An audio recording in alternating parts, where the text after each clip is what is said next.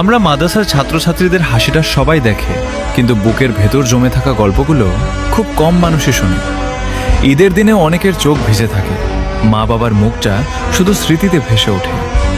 রাতে নীরবতায় যখন সবাই আপনজনের পাশে ঘুমায়, তখন অনেকেই দূরের কোনো মাদ্রাসার ছোট্ট কক্ষে আল্লাহর কাছে দোয়া করে, হে আল্লাহ, আমার বাবা মাকে ভালো রেখো। আমরা মাদ্রাসার ছাত্রছাত্রীদের জীবন হয়তো আড়ম্বরের নয়, কিন্তু ত্যাগের। অনেক অপূর্ণ ইচ্ছা আমরা চুপচাপ আল্লাহর কাছে সঁপে দিই। নতুন কিছু চাই না, শুধু চাই ইলম এমন হোক যাতে একদিন মা বাবার মুখে হাসি ফোটাতে পারি, তাদের জন্য সদকায়ে জারিয়া হতে পারি। অনেকে আমাদের পোশাক দেখে বিচার করে, কিন্তু এই পোশাকের ভেতরে কত একাকিত্ব, কত ধৈর্য, কত তো চোখের জল আর কত অদেখা সংগ্রাম লুকিয়ে আছে, সেটা খুব কম মানুষই জানে।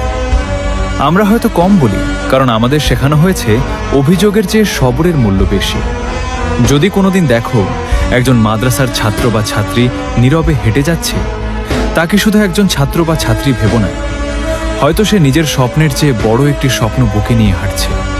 এমন একটি স্বপ্ন যেখানে নিজের নয়, আগে আল্লাহর সন্তুষ্টি, তারপর মা বাবার মুখের হাসি।